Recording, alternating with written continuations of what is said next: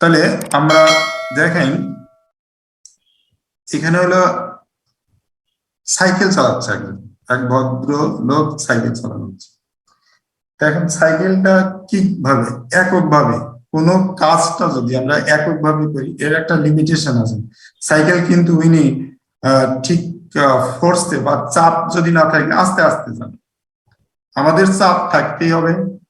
চাপটা আমরা কি করব যদি এখানে দুইজনকে যদি আমরা দেওয়া হচ্ছে, এখানে কি কিছু প্রতিযোগিতা হচ্ছে। আগের সময় যদি আপনার চাপ ছিল না, তাই সে কি কিন্তু একই ব্যক্তি ও কিন্তু দ্রুত চালাতে পারছে না, এখানে তার প্রতিযোগিতা ছিল, চাপ ছিল, প্রেশার ছিল, যার জন্য সে কিন্তু ফোর্সে যাচ্ছে। আগে যদি সে 50 মাইল স্পিড যেত, এখন সে 75 বা 100 মাইল স্পিড যাবে। কেন যাবে? তার চাপ থাকবে। চাপ না থাকলে হবে না। আপনি যদি চাপই যদি না থাকে তাহলে পড়বেন না, স্কিলে যাবে না। আজকে যেমন আমার এই ক্লাসটা মানসিক চাপের যে ক্লাস, আমার নিজেরই চাপ দিতে হবে।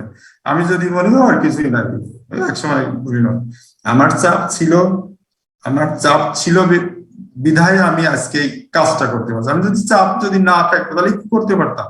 এখন চাপটা আমরা কিভাবে আমরা টেস্টটা ম্যানেজমেন্ট করবো কিভাবে? দেখুন এখানে একটা স্ট্রেস ম্যানেজমেন্ট একটা আছে, পারফরমেন্স ফিজিক্যাল এবং মেন্টাল একটা দাগ দেওয়া আছে, হাই মিডিয়াম আর লো। এখানে আমরা অ্যারোসেল মানে এটা পাওয়ার যাওয়া গতি, এটা যদি দেই এখানে আছে লো মিডিয়াম হাই, আবার নিচে আছে লো মিডিয়াম হাই। আমরা যদি যদি আমাদের চাপ না থাকে তাহলে আমরা ওই জায়গায় ইনঅ্যাক্টিভ হয়ে থাকি। আপনার যদি কোনো ভয় কাজের যদি চাপই না থাকে তাহলে আপনি অসুস্থ, আপনি দ্বারা কোনো কাজ হবে। আপনাকে চাপ থাকতে হবে, লেট ব্যাক মানে একটু যদি চাপ থাকে তাহলে আপনার প্রেশার যদি একটু থাকে তাহলে কিন্তু আপনার কাজের গতিটাও বাড়বে।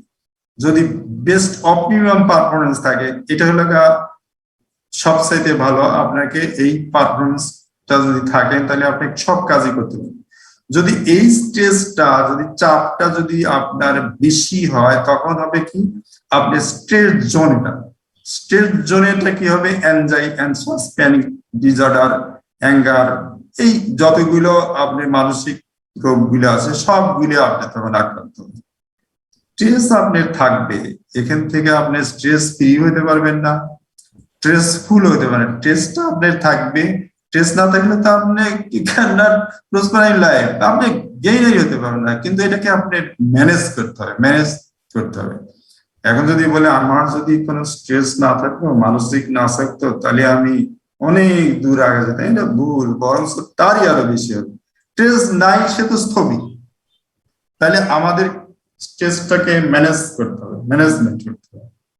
তাহলে আমরা কি করবো, স্ট্রেসটাকে ব্রাশের মতন করে মুছিয়ে দিয়ে আমি আমার গতিতে। তাহলে এবার কি করব, আমরা মনের যত্ন করতে হবে, নিজেকে সময় দিন, প্রতিদিন অল্প সময়ের জন্য হলেও নিজেকে নিয়েই ভাবুন। আপনি নিজেকে যদি সময় না দিতে পারি তাহলে তো আপনি অন্য কাউকে সময় দিতে, আপনি হাঁটতেই পারেন না, তাহলে আপনি অলিম্পিকে দৌড় দিবেন কি করে? নিজে আগে হাঁটা শিখবেন, তবেই তো অলিম্পিকে দৌড় দিতে পারবেন। তাহলে তো অলিম্পিকে দৌড় কিভাবে? কার্যকরী সিদ্ধান্ত আপনি এখন আপনাকে একটা কাজের দায়িত্ব দেওয়া হলো। মনে করেন যে আলাউদ্দিন স্যারের বাসায় বরিশালে যাওয়া হলো, আমাদের নজরুল সাহেব আজকে সেই শ্রীমঙ্গলে গেছেন। উনি যদি হাঁটতে হাঁটতে যদি শ্রীমঙ্গলে যাইতো আজকে, তাহলে কি 3-4 দিন লাগবে। বরিশাল থেকে রওনা যদি দিত পাবনাতে, তাহলে আসতে। এখানে আমাদের কি কার্যকরী একটা সিদ্ধান্ত, আমি কিসে যাব, ট্রেনে, বাসে না বিমানে? আমার স্থান কাল অবস্থা ভেদে আমাকে সিদ্ধান্ত নিতে হবে যে আমি কি করব। রাস্তা আপনাকে অনেক কয়েকটা আছে, আপনি কি কি করবেন সেটা আপনার সিদ্ধান্ত। জীবনে মুক্ত দেন আসলে পালস অফ লাইফ। এটা হলো কি, বেশিরভাগই আমরা কি করি, বেশিরভাগ আমরা মানসিক চাপে পড়ি, স্ট্রেস থাকে কি জন্য, আমার কি নাই সেটার হিসাব করা হয় না, মামার কি আছে এটা আমি হিসাব করি, আমার কি নাই এটা হিসাব করি। আমার পাশে 10 তলা বিল্ডিং, আমার পাশের লোক বিমানে উঠে যাচ্ছে, আমার পাশের লোকের গাড়ি বাড়ি নারী সব আছে, আমার কিচ্ছুই নাই। তাহলে আমার যখন কিছুই নেই তখন এইটা নিয়ে ভাবতে ভাবতে আমি নেগেটিভ ভাববো, নেগেটিভ ভাবার পরে আমি অসুস্থ হয়ে যাবো। আসলে আমার অনেক কিছু আছে, আমি হিসাব করি না আমাদের কি আছে।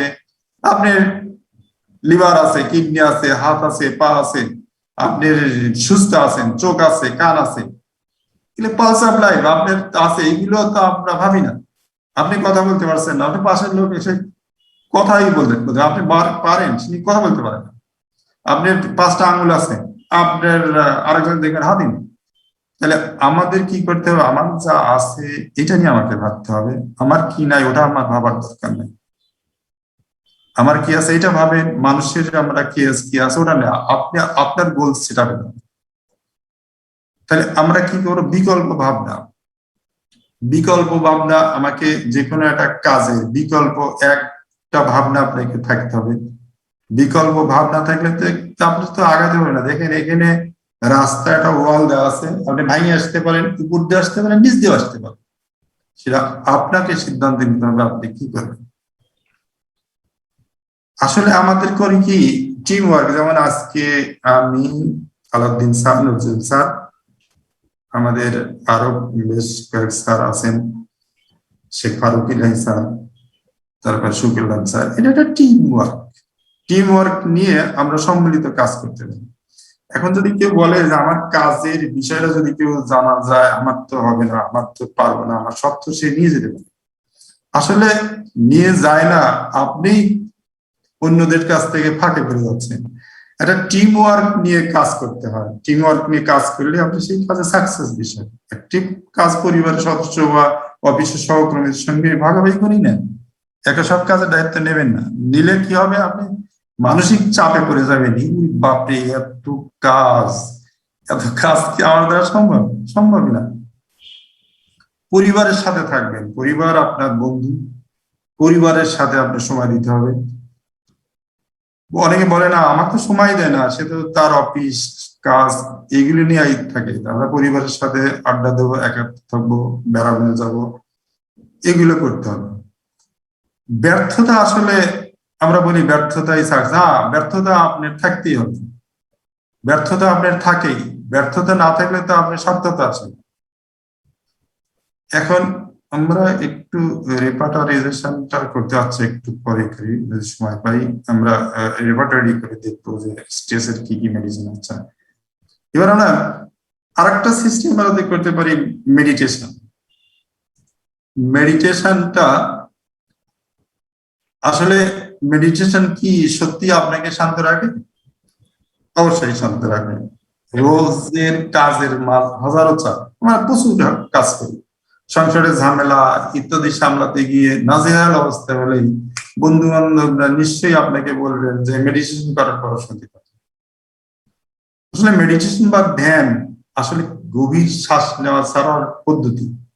মেডিটেশন আমরা যারা ধর্মাবলম্বী তারা কিন্তু করি, মুরাকাবা করি বা মেডিটেশন করি, ধ্যান করি, এগুলো বিভিন্ন ওয়ে, সবগুলোই কিন্তু আপনার শারীরিক ভিতরের যে স্পিরিচুয়াল এই পাওয়ারটা বের করার জন্য বা পদ্ধতি করার জন্য। মেডিটেশন বা ধ্যান আসলে গভীর শ্বাস নেওয়া ছাড়া পদ্ধতি, যোগ চর্চা যেটা সামগ্রিক স্বাস্থ্যের জন্য একটা পদ্ধতি।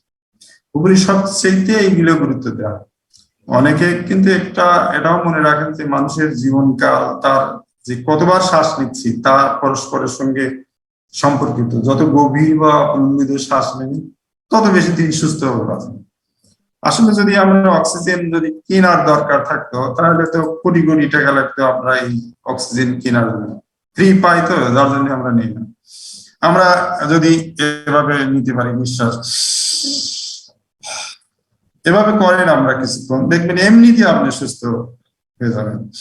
একবার শ্বাস নিবেন জোরে এবং ফেলবেন আস্তে আস্তে, নাক দিয়ে নেবেন, মুখ দিয়ে ফেলবেন, মুখ দিয়ে নেবেন, নাক দিয়ে ফেলবেন। এটা মেডিটেশন। এবং সেটা পিঠের আপনার ভাটুকাটা কলমটা একদম স্ট্রেট রেখে একদম নিরিবিলি ভাবে আপনি করেন, দেখবেন আপনি নিজেই বুঝতে পারবেন যে আমার এটা দরকার কি দরকার না। এগুলো করলে কি হবে, অবশ্যই উন্নতি হবে, আপনার রক্ত বহন শান্ত হয়ে যাবে, আসবে নার্ভ বিশ্ববিদ্যালয়ের সাম্প্রতিক সমীক্ষা দেখা গেছে যে নিয়মিত ধ্যানের অভ্যাস থাকলে মানুষের শরীরে বেশি দিন সুস্থ ও নীরব থাকে এবং অ্যাংজাইটি, দুশ্চিন্তা, ঘাড়ের ব্যথা বা মাইগ্রেন এই সমস্ত অসুবিধার সম্মুখীন হবে না। তারা রোজ এক্সারসাইজ করার পাশাপাশি মেডিটেশনের অভ্যাস করেন। প্রতিদিন যদি কমপক্ষে আপনি 10 মিনিট মেডিটেশনের জন্য বরাদ্দ রাখেন, পারেন আপনি 10 মিনিট কতটুকু সময়? অল্প। অথচ বন্ধু বান্ধবের সাথে ফোনে গল্প গুজব করে ঘন্টার পর ঘন্টা আপনি শেষ করতেছেন, তাতে তো কিছু হচ্ছে। মাত্র আপনি 10 মিনিট দিনে একবার মেডিটেশন করেন, জন্য বরাদ্দ রাখেন, তাহলে দেখবেন যে কোনো কাজ মানে কাজেই মনোযোগ সংযোগ করতে আপনার কোনো অসুবিধাই হচ্ছে না। ছোটখাটো যেসব তথ্য মাথাতে বেরিয়ে যেত সেগুলো দিব্যি মনে থাকছে, মানে আমি ভুলেই যাচ্ছি, অথচ দেখবেন আপনি এটা করার পরে আপনি সেইগুলো আপনি মনে করতে পারছেন। আগের চেয়ে অনেক বেশি কাজ স্বচ্ছন্দে করতে ফেলতে পারেন। বুঝতেই পারছেন তো ঠিক কিভাবে শুরু করা উচিত। আমাদের যে এই কাজগুলো আপনি আজকেই বা এই ক্লাস শেষ করার পরেই আপনি শুরু করেন, দেখবেন দরকার বা কাল থেকেই শুরু করতে পারেন, দেরি করবেন না।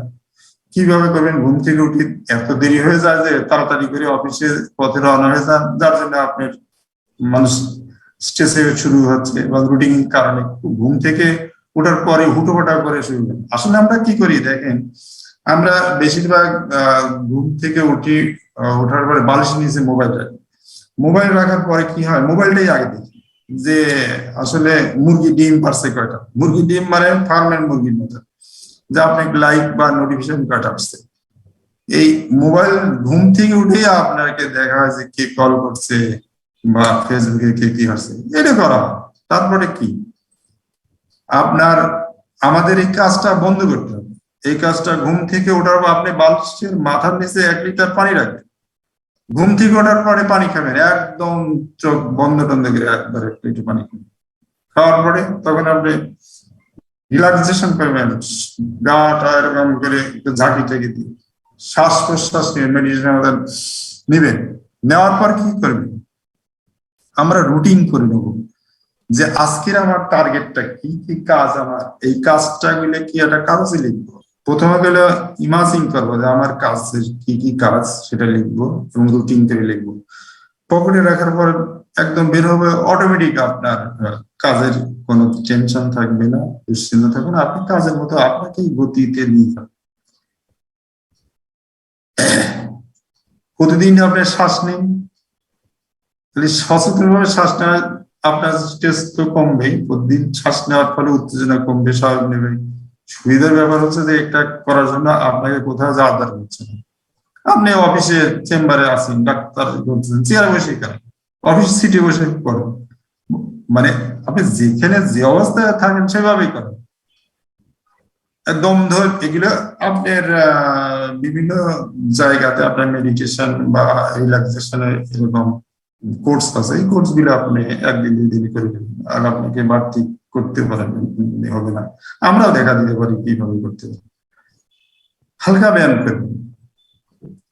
হালকা ব্যায়াম বলতে আপনার মাংসপেশি শিথিল বা দৃঢ়তা নিশ্চিত করে মনের চাপ হতে রিল্যাক্সেশন আনতে পারে। এই বাচ্চাটা আরামে রিল্যাক্স মুডে আছে। আমরা স্ট্রেসটাকে যদি আমরা আরেকটু ভাবে দেখতে চাই, স্ট্রেসের আপনার 6টা অক্ষর হয়, STRESS, স্ট্রেস। শিডিউল, একটা stress schedule, treat your body well, আর হলো রিল্যাক্স, ইতে হলো এক্সপেকটেশন, স্লিপ, আর একটা স্মাইল ফেস বা সুন্দর হাসি। তাহলে আমরা এবার যদি এই শিডিউলটা কিভাবে শিডিউল করবো, মানে আমরা দেখি কি বেশিরভাগ চেম্বারে একদম এলোমেলো টেবিলে, আমি বেশ কয়েকটা পেশেন্ট বেশ কয়েকটা ডক্টরকে ভিজিট করি, টেবিলে তার হাত রাখা ছাড়ার কোনো জায়গা নেই। এমন ভাবে কিছু কিছু টেবিলে তো ঔষধ বই পুস্তক দিয়ে একেবারে গাদা করে, বোঝাই যাচ্ছে না যে কোনটা তার কি। আপনি যত গোছানো থাকবেন ততই কম চাপ করবেন। আপনি টেবিলে যদি 10-20টা ফাইল যদি এলোমেলো থাকে, আপনার মাথা তো নিজেই নষ্ট হয়ে যাবে। করবেন দিনের সমস্ত কাজ কিংবা সময়ের কাজ বুঝে ফেলুন।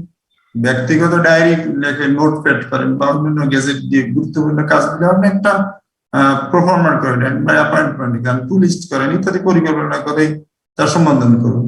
মানুষের সুস্থ থাক সুস্থ থাকবেন, টেবিলে প্রয়োজনীয় জিনিস ছাড়া অন্য কিছুই রাখবেন না।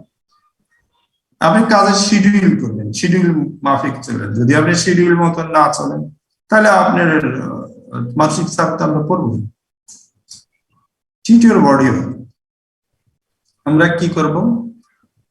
শরীরকে অবহেলা করে চাপের সাথে পেরে উঠবেন না। নিশ্চিত করুন আপনি নিয়মিত সময় মতো পরিমিত খাবার খাচ্ছেন কিনা। একটু করে হলেও কায়িক পরিশ্রম করুন।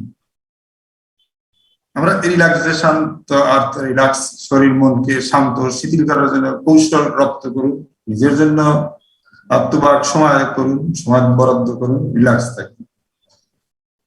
আমরা এক্সপেকটেশনটা বলতে পারি যে প্রত্যাশা বলতে আপনার বিবেচনাকেই বোঝাচ্ছি। আপনার বিবেচনা যত বস্তুনিষ্ঠ যৌক্তিক হবে, চাপও তত কমবে। একটু সময় নিন, আপনার চিন্তা বিশ্রাম মূল্যায়ন নিয়ে বস্তুনিষ্ঠভাবে পর্যালোচনা করুন। কারোর সাথে নয়, নিজের সাথেই করুন। চাপ মোকাবেলার জন্য পর্যাপ্তভাবে ভালো ঘুমের বিকল্প স্লিপ, ভালো ঘুমের বিকল্প নেই। ঘুম একটি স্বাভাবিক শারীরবৃত্তীয় প্রক্রিয়া। পর্যাপ্ত ঘুম না হলে আমাদের সকলের শরীর ও মন খারাপ হয়। উপযুক্ত ও পরিমাণগত ঘুম স্ট্রেসকে নিয়ন্ত্রণ রাখতে সাহায্য করে। ঘুমের প্রয়োজন যদি বিভিন্ন মানুষের বিভিন্ন রকম, তবে দিনে কমপক্ষে আপনি 6 ঘন্টা ঘুমের দরকার। আসলে আমরা কি হয়, ঘুম যখন আসে না তখন আমরা দুশ্চিন্তা করি যে কেন আমার ঘুম হচ্ছে না। আসলে আপনি যদি 100 বছরে ঘুম না পারেন সমস্যা নেই, কিন্তু সমস্যা তখনই যদি আপনি ঘুম নিয়ে ভাবেন যে আমার কেন ঘুম হচ্ছে না। ঘুম আপনার হচ্ছে না, ঘুম নিয়ে আপনি ভাবার দরকার নাই। ঘুম আপনার কেন হচ্ছে না ওটা ভাবার দরকার নেই। আপনি দেখবেন অটোমেটিক ঘুম আসবে। উল্টা দিকে গুনেন, তার জীবনে অনেক সময় হাসির ঘটনা আছে, ঘটনাগুলো চিন্তা করেন, ঘুম আপনি অটোমেটিকলি এমনিতে চলে আসবে। পরেরটা আপনি হাসি খুশি। যে মন খুলে হাসতে পারে তার কোনো কষ্ট নেই। সেই সুখী মানুষ হাসলে শরীরে তেমন কিছু রাসায়নিক কণা নিঃসৃত হয় যা দ্রুত শরীর ও মনকে চাঙ্গা করে। প্রয়োজনে হাসির ঘটনায় হাসুন, আয়োজন করে হাসুন। আমি ইন্ডিয়াতে বেশ কয়েকবার দেখছি, মানে হাসা একসাথে, মানে প্রায় আমি দেখলাম 100-200 লোক, মানে হাসা মানে কি, ওই হাসা দেখে আমিও হাসতেছি। তাহলে আপনি হাসেন, হাসলে এমনি আপনি অক্সিজেন লেভেলটা এমনি বাড়বে, মন প্রফুল্ল থাকবে। চীনে প্রবাদ আছে, যে হাসতে পারে না সেজন্য কোনো দোকান না করে। তাহলে আপনি দেখবেন যারা দোকানে বা বিজনেস করে, সেলসম্যান, তারা অনবরত আপনার হাসি দেখেন, হাসির মাধ্যমেই তারা বেচা কেনা করে। অনেক সময় মেয়েরা রাখে, ছেলেরা রাখে। কেন রাখে? তারা হাসি দিতে পারে। হাসি মানে মানুষের মুখটা হলো আয়নার মতো। আপনি যদি হাসি, আপনাকে দেখেই বুঝতে হবে যে হাসছে, মন খারাপ নাকি। তাহলে স্ট্রেসের যে 6টা STRESS, এর মধ্যে আপনার ফয়সালা আছে স্ট্রেসের মধ্যে। আমরা এবার আসছি, যদি কোশ্চেন মানসিক চাপ। আসলে মানসিক চাপ আমরা কনক্লুশনে আসি। মানসিক চাপ বা স্ট্রেস থেকে মুক্তি পাওয়া উপায় নাই আমাদের। স্ট্রেস কি, সেই স্ট্রেস প্রভাব আমাদের জীবনে যেভাবে মানসিক চাপ পড়ে, ঠিক কি কি কারণে মানসিক চাপ বা স্ট্রেস হতে পারে সেগুলো আমাকে ফাইন্ড আউট করতে হবে। আমরা আজকের আলোচনায় আসছি স্ট্রেস কি, স্ট্রেসের কারণে কি কি আমাদের অসুখ হতে পারে, এর মানে স্ট্রেস ম্যানেজমেন্টটা কিভাবে করব সেইগুলো নিয়ে আমরা কিছুটা হলে ধারণা আসছে। আর এগুলো আমরা কিভাবে ট্রিটমেন্ট করতে হবে, একটা হলো ফার্মাকোলজি ট্রিটমেন্ট, একটা নন ফার্মাকোলজি, একটা হলো কম্বিনেশন ট্রিটমেন্ট। মানসিক চাপ সাধারণভাবে এড়ানো যায় না, এই এবং যদি কেউ বলে যে আমি মানসিক ভাবে ফ্রি বা চাপ নেই, তার মানে সে অথর্ব। প্রথমে আমরা ধরে নেবো সে অথর্ব। এবং অনেক সময় আমাদের মানসিক চাপ মানিয়ে নেওয়ার প্রয়োজন পড়ে। যদি আমাদের মধ্যে মানসিক চাপ মানিয়ে নেওয়ার মতো যথেষ্ট শক্তি না থাকে, তাহলে এমন কিছু ব্যবস্থা বা পদ্ধতি সাহায্য নিতে হয় যা মানসিক চাপের প্রভাব রুখতে বা কমাতে সহায়তা দিতে পারে। যেমন আমরা কি করতে পারি, সামাজিক সহযোগিতা নিতে পারি। যখন কেউ মানসিক চাপের শিকার হয় তখন সেই সমস্যার হাত থেকে মুক্তি পাওয়ার জন্য সামাজিক বা অন্যের সহযোগিতা চাওয়া প্রয়োজন। এখন আমাদের ব্যক্তিগত নিয়ন্ত্রণের ক্ষমতা, আমার কি এইটা হারাই গেছে নাকি আমার স্লাইডটা? আচ্ছা সরি। নিজের উপর নিয়ন্ত্রণ শক্তি বিকাশের মধ্যে দিয়ে মানসিক চাপের বাধা দূর করা এবং আত্মনির্ভরতা বাড়ানো সম্ভব। জীবনকে খুব সুস্থ ও সুন্দরভাবে গোছানো জরুরি। আমাদের জীবনের জগৎ বা পারিপার্শ্বিক সুন্দরভাবে সাজিয়ে নিজের মনের হতাশাগুলো দূর করা, সময়ের অপচয় বা সম্ভাব্য মানসিক চাপ রোধ করা যায়, যেমন সময়ের সদ্ব্যবহার এবং জিনিসপত্র পর্যায়ক্রমে সাজানো গোছানো। জীবনযাত্রার মানের যত্ন নেওয়া দরকার। প্রতিদিন সঠিক সময়ে পুষ্টিকর খাবার, এগুলো আলোচনা, এইগুলোই আমরা আজকে আলোচনা করি। পুষ্টিকর খাবার খাওয়া এবং শরীরের চর্চা আমাদের স্বাস্থ্য ঠিক রাখতে এবং মানসিক চাপ দূর করতে সাহায্য করে। মানসিক চাপ পরিস্থিতি মোকাবেলা করতে নিজেকেই প্রস্তুত করা, জীবনের প্রতিকূল রূপ পরিস্থিতি মোকাবেলার জন্যই নিজেদেরকে মানসিকভাবে প্রস্তুত করা একান্ত জরুরি। তাহলে আমরা যদি কেমন কোশ্চেন থাকে, আমরা আজকে আসলে 1 ঘন্টার লেকচার দেওয়ার কথা ছিল, সেইভাবেই করছি। তবে সবাইকে ধন্যবাদ জানাচ্ছি। আর আমাদের যেমন আজকের অন্যান্য বেশ বড় কিছু বিষয় নিয়ে আমরা আলোচনা করতে পারি, যদি কোনো এক সময়ে আমরা এক একটা বিষয় নিয়ে আলোচনা আসবো। বাইপোলার মুড ডিসঅর্ডার নিয়ে আসতে পারে, ওসিডি নিয়ে আসতে পারে, ডিপ্রেশন নিয়ে আসতে পারে। তাহলে যেমন আমরা চাপটা থাকবে, এটা আপনার, যদি আবারও বলছি, মানসিক চাপ থাকবে, মানসিক চাপ থাকবে এবং মানসিক চাপকে আপনি নিয়ন্ত্রণ করতে পারবেন এবং এটাকে ম্যানেজ করতে পারবেন। ম্যানেজ করাটাই হলো আপনাদের কার্যপ্রণালী করতে হবে, কার্য করতে হবে। ম্যানেজ যদি না করতে পারি আমরা, তখনই আমাদের অসুস্থ হবে, তখন আমাদের মেন্টাল পেশেন্ট হবে। সবাইকে ধন্যবাদ, সবাই সুস্থ থাকুন, ভালো থাকুন এই কামনা করে আবার কোনো এক সময় যদি আমরা আপনাদের মাঝে কোনো এক বিষয় নিয়ে, মনের বিষয় নিয়ে আসবো। আসলে আমি একটু ব্যতিক্রম ধর্মী আলোচনা করি এই কারণে, আমাদের আলাউদ্দিন স্যার তো অর্গাননের বিষয়ে খুব পারদর্শী, খুবই সুন্দর আলোচনা করে। ফারুক স্যার মেটেরিমেডিকা মনে হয় যে পেটের মধ্যে শেখাচ্ছেন আর পেটের মধ্যে গলায় খাওয়া দিচ্ছে। এইগুলো তারা তো আছেই। আমি একটু ভিন্ন আঙ্গিকে মেন্টাল বিষয় নিয়ে আমরা আলোচনায় রাখছি, যার জন্য আমি একটু ধারাবাহিক ভাবে মেন্টাল বিষয়টাই নিয়ে আসবো। সবাইকে ধন্যবাদ। আসসালামু আলাইকুম।